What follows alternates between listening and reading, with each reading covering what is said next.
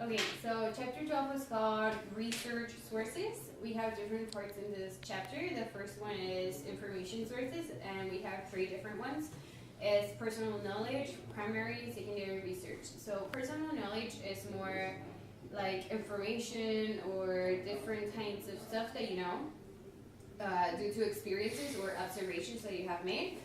Then we have primary research, that is information that you have discovered by yourself. And secondary research, that is information that others have found about the topic that you're looking for.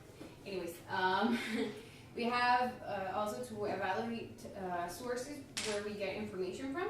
And we have three basic criteria for that. It's authority, objectivity, and currency. So first, authority is mainly like who wrote it and what kind of presence does that person have to do with a topic. Then we have objectivity, if it's not a media that's being manipulated for some beliefs or currents, I don't know, stuff like that. And then we have the currency, like how recent is the information that you're retrieving.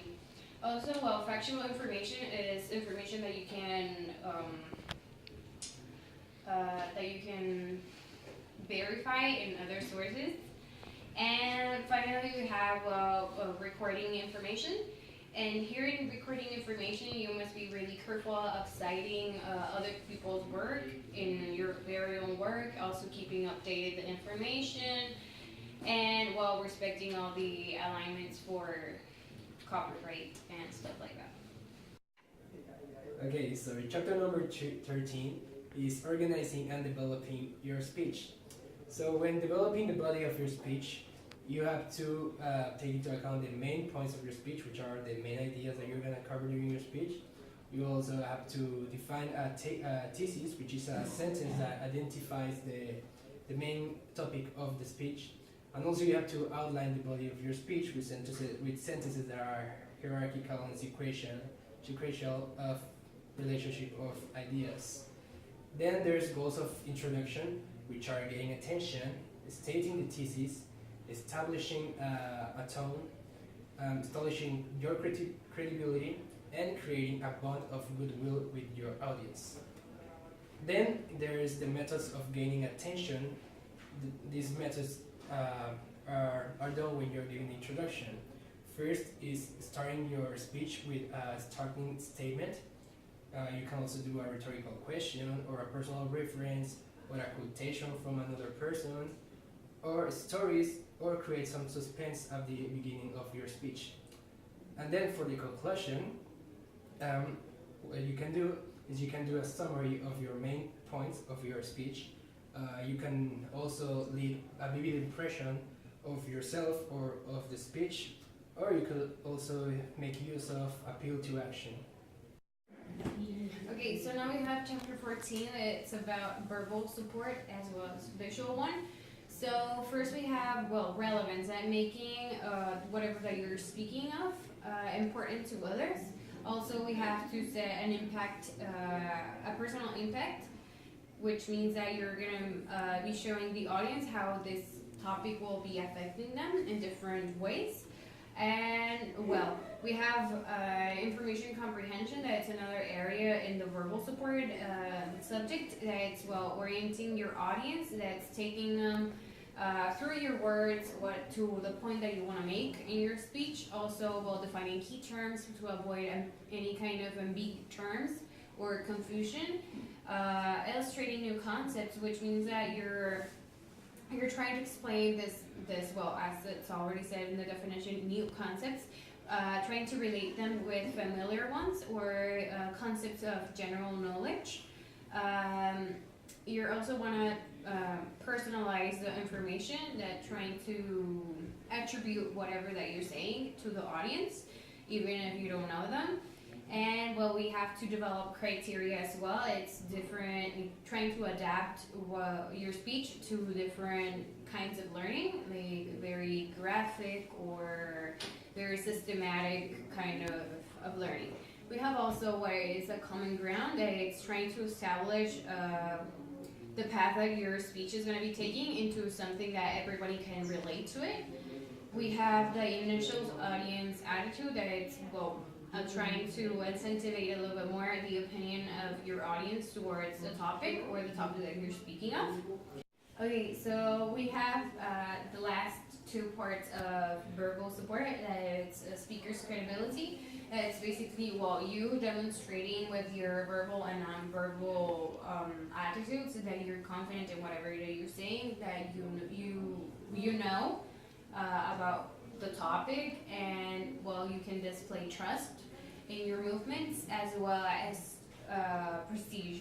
Finally, we have language and cultural differences. It's something that many speakers get to this kind of problem because of different cultural differences, such as references or as well as language parts, that there are different terms or in different languages that mean something different. So we gotta establish once again a common ground so the speech can get to its way. Okay, so the second part of chapter 14 is visual support. And here in visual support, well, we first have to define the type of this support that we're going to be using. We can be using graphs or pictures, animated videos, GIFs, or any type of this kind of graphic descriptions of our verbal message. We also have different methods that it can be electronically displayed, it can be physical as in posters or individual pictures. It just depends on the type of support that we're going to be using.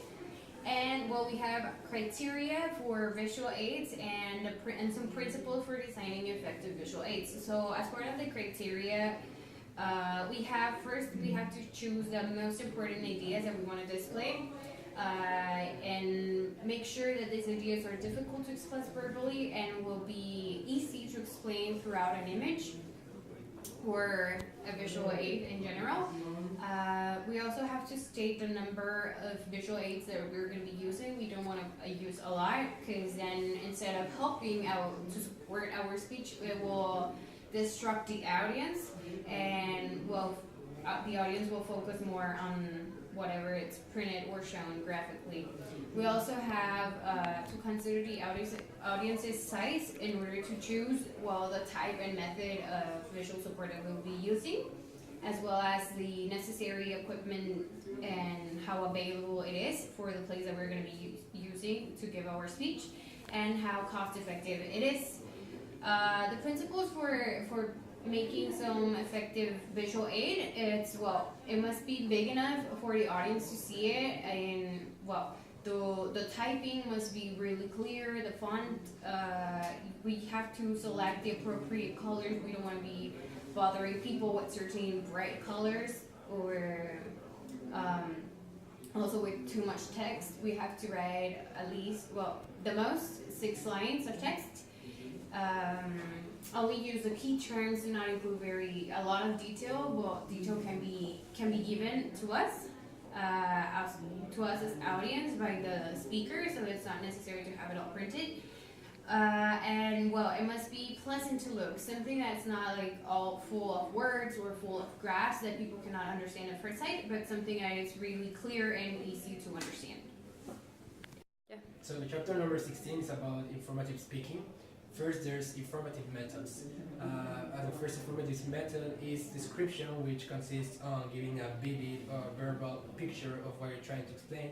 Then there's definition, which is explaining what you're trying to say using definitions to know the meaning of whatever you're trying to communicate. Then there's comparison and contrast with another teams. There's narration, which consists on giving a sequential reference of what you're trying to explain. Then there's demonstration, which is literally demonstrating what you're trying to explain. And there are also common types of informative speeches. The first one is process, which is a speech in which you're giving explanation, step-by-step explanations of something. And then there is expository, when this is an informative speech related to anything you're trying to explain or trying to demonstrate to someone. Then there's explanation of religious, social, political, or economical issues. Then there's explanation of historical event and forces. There's also explanation of theory, principle, or law. And there's also exposition of creative work, which consists more or less on explaining something related with art.